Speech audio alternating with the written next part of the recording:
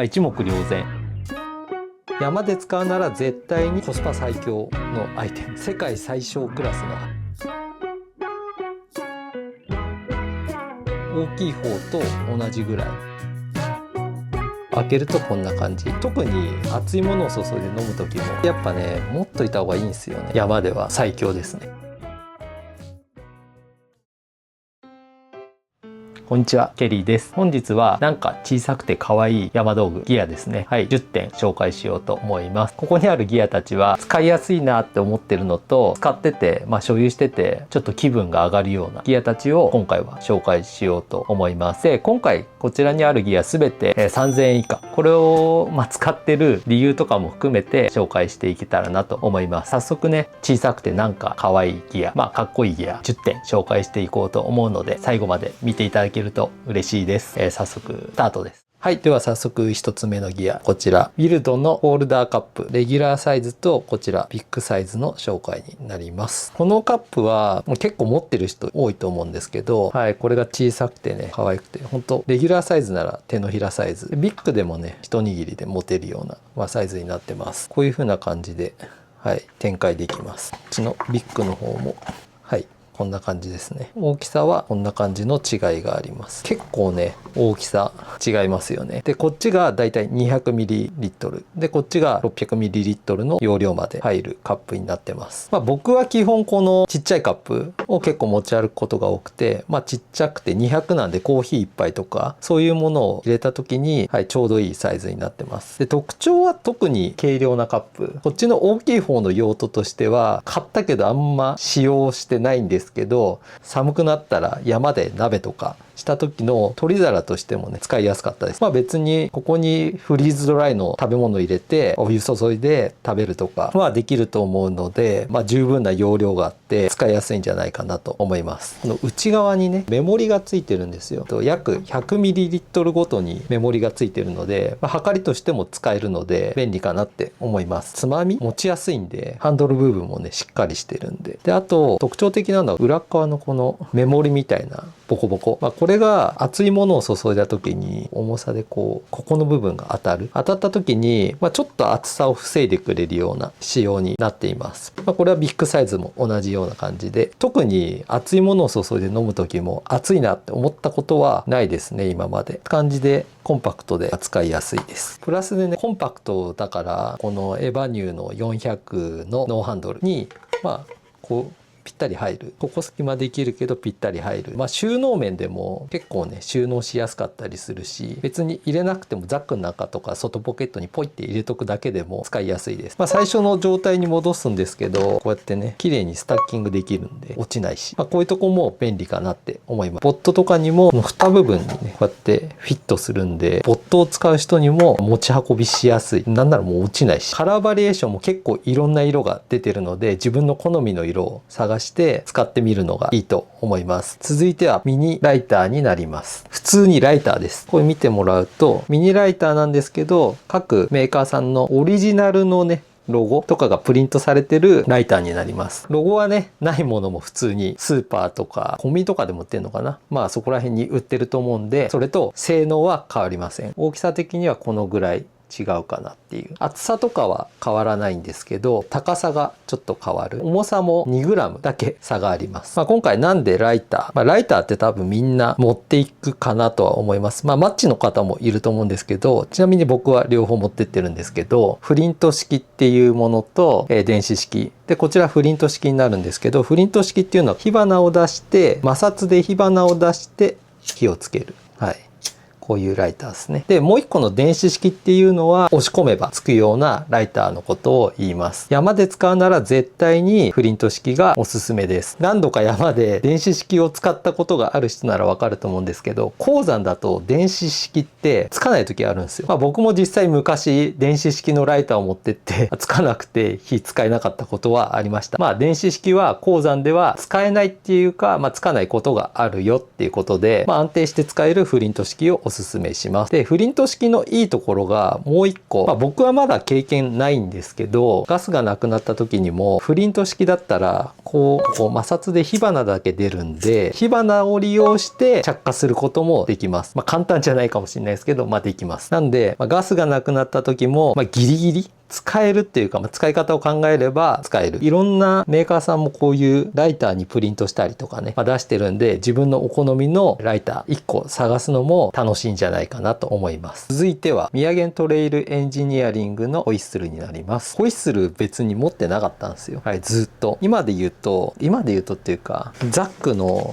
ショルダー部分にホイッスルってもともとついてたりすることが多いんで、買ってまでいらないかなとは思ってたんですけど、吹くとね、僕が悪いのかもしれないですけど、うまく音が出にくかったりするんで、って言った時にね、何かあった時のためにホイッスルね、1個ね、持ってた方がいいなって思ったんですよ。それがきっかけで、なんかいいホイッスルないかなって思ってた時に出会ったのが、このミヤゲンのホイッスルになります。ほんとね、こっちね、吹いてみる。こんな感じ。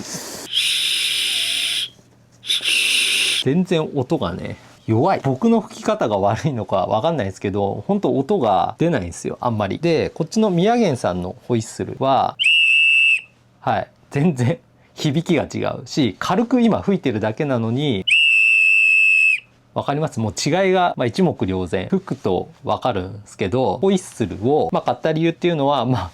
これがあんま使い物にならないかなって思ったのと、使う頻度としてはね、本当にないと思うんですけど、あんまり。本当ギリギリの時とか、ギリギリ、はい、の時とか、本当なんかあった時のために、ホイッスルは持っといた方がいいなと思ったので、このホイッスルを買いました。響きがいいのと、あとね、これ 2g しかないんで、エマージェンシー用として持っていったとしても、そこまで荷物の負担にもならないので、本当何かあった時のために、一つこういったものを持っとくといいと思います。素材にも結構こだわってるっぽくて、紫外線にも強くて、高温多湿なところとか、衝撃にも強かったりするんで、本当壊れにくいホイッスルになっているので、頑丈なんですよ。オフザグリッドっていうイベントの限定カラーなんですけど、他にもね、いろんなイベントとかにも出店してて、イベントの時に限定カラーとかも出たりするし、もともとね、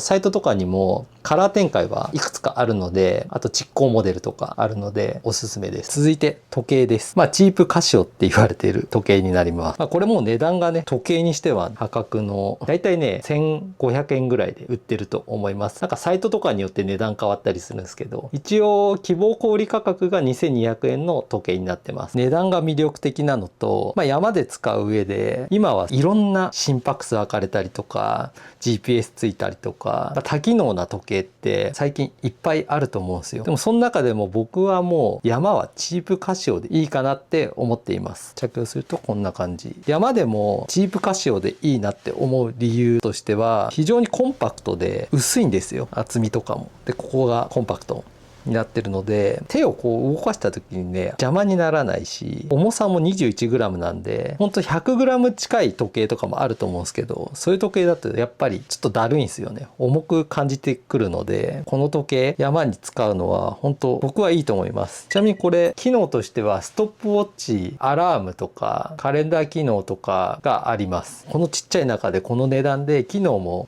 ついてるんですけど、山で使うことといったら普通に時間を見るためだけに、この時計を持ってるのとつけやすい。やっぱ山だと気になる防水性能なんですけど、日常生活用防水はついてるので、普通に使ってる分には壊れないかなと。壊れても値段が値段なんで、そんなダメージない。で、一応このね、時計のこの枠の色なんですけど、これグリーンなんですけど、他にも何個かカラーがありました。好みの色をチョイスしてつけてみてもいいと思います。あと一応ライトがついてるので、テント泊とか暗い時間から歩くとかの時は、一応ライトもつくよっていう感じで時間は見れるんで、本当山では重宝する時計です。これで十分です。何万とか高いものだと10万ぐらいする時計とかもあるじゃないですか。山の時計とかでもしっかり時間がわかるこの時計1個あれば僕はいいと思います。万が一参考中に壊れたとしてもスマホとか、時間が見れるものはあるので気軽に使えてちょっと可愛いでコンパクトなこの時計僕は気に入って山で使ってます。デルマーセルフのホールディングナイフになります。超コンパクトなナイフになります。ライターの大きい方と同じぐらい、サイズ感的には薄さは全然ナイフの薄いですけど、このナイフはほんとコンパクトなところがまあ一番いいですね。山でナイフってそこまで使わないと思うんで、ほんと簡易的なエマージェンシー的なナイフとして、刃を出すとここから皮を引っ張るだけで刃がね出てきます。刃がシェービング用の刃を使ってるんでユニークなナイフですよね。珍しいナイフだと思います。で上の部分がステンレスで1枚こう折ってね強度を高めてる感じになります。でそれでいて、重さは 7.6g と非常に軽くできてて、まあ本当エマージェンシー的なそこまでがっつりナイフで料理するとかいうのは使えないと思うんですけど、僕の場合はファイヤードラゴンを固形燃料ですね使うんで、カットの時とかに使えるかなって思ってます。あとは開けにくい袋とか、ちょっとしたガイラインを切るぐらいまでは多分できると思うので、そういう時に使えるナイフかな。料理とかには向かないですけど。はい。カラー展開も4色あるのかな。レッドとオレンジと確かブラックがあったと思うんで、自分の好みの色探してみてください。今回のテーマなんですけど、コンパクトでなんかちょっと可愛らしい。紐の色をね、自分で変えたりしてもいいと思うんで、ちなみに紐は最初からついてないんで、紐の色を変えたりして、楽しんでもいいと思います。はい。続いてはこちら、ヒューズのデュアルヒューエルバーナーになります。2つの使い方で使えるバーナーになります。ちょっと焦げてるのはあれなんです。一回火だるまになったのがあれで上の部分だけちょっと色違うんですけど、本当は全部シルバーのバーナーになります。セットでしか売ってないのかな。セットだと6000円ぐらいしちゃうんですけど、6000、7000円ぐらい。なんかこの五徳とセットで売ってるんですけど、五徳なしでも売ってんのかなわかんないですけど、五徳なしだとだいたいほんと2000円ぐらい。こいつだけだと。クリーム缶みたいになっていて、はい。これ開けると、ちょっとカス落ちてるんですけど、開けるとこんな感じ。こっち側が一応アルコールを注いで燃やせるのと、こっちが固形燃料とかを乗せて燃やせます。これ2つあるんですけど、アルコールストーブにも固形燃料にも言えるんですけど、特にアルコールストーブのいい点は、燃焼する時の音が小さいこと。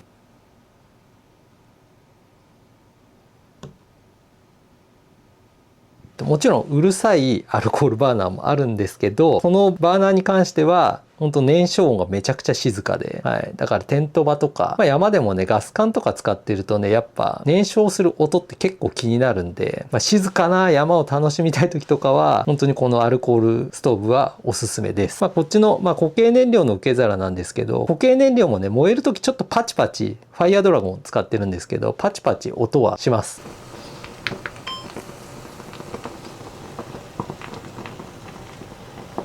だけどやっぱバーナーほどうるさくはないので結構使えるのと、こうやって持っていくけど蓋だけ持っていってもいいし、これだけだとこれだけでもいいですね。でこの蓋式になってるのでアルコールを燃焼させる時は火途中で消せたりするんで、蓋かぶせばでまた閉じて使いたい時に使えたりするので便利です。ちなみにこっちの固形燃料もファイヤードラゴンはこう燃やしてる時にね、なんかクッカーとかかぶせちゃえば火は消せて、でファイヤードラゴンも途中から一応燃やせるので、ここで一回止めてまた後で使いたい時に火をつけて使うっていう使い方もできるんで、どちらも結構燃料を節約できたりもするかなって思います。特に蓋を使う時は炎が乱れやすいので、風とかの影響を受けやすいので注意してください。これは本当コンパクトでシンプルで壊れにくいのが一番ですかね。曲がるとかはあると思うんですけど、曲がっても使えるんで、そういうところも安心感があっていいと思います。シンプル構造は山では最強ですね。続いてはこちら。これはね、もうシリコンバンドです。激安の。こちら Amazon で12本で1000円ぐらい。カラー展開が多くてね、12色全部違う色で、はい、いろんな色のバンドがあります。コスパ最強のアイテムで、僕の使い道としては、シリコンバンドって今結構いろいろね、さっき紹介したこういうねポットとかのとこに熱いのを持つ時につけるシリコンバンドだったり、